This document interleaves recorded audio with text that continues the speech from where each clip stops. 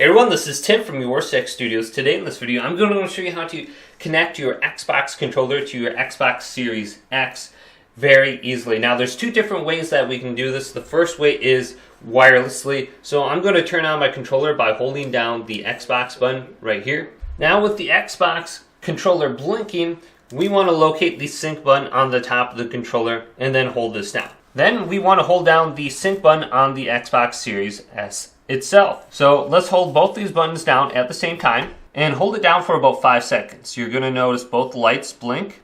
So the light on the Xbox and the light on the controller. Then after about 5 seconds, we can let go.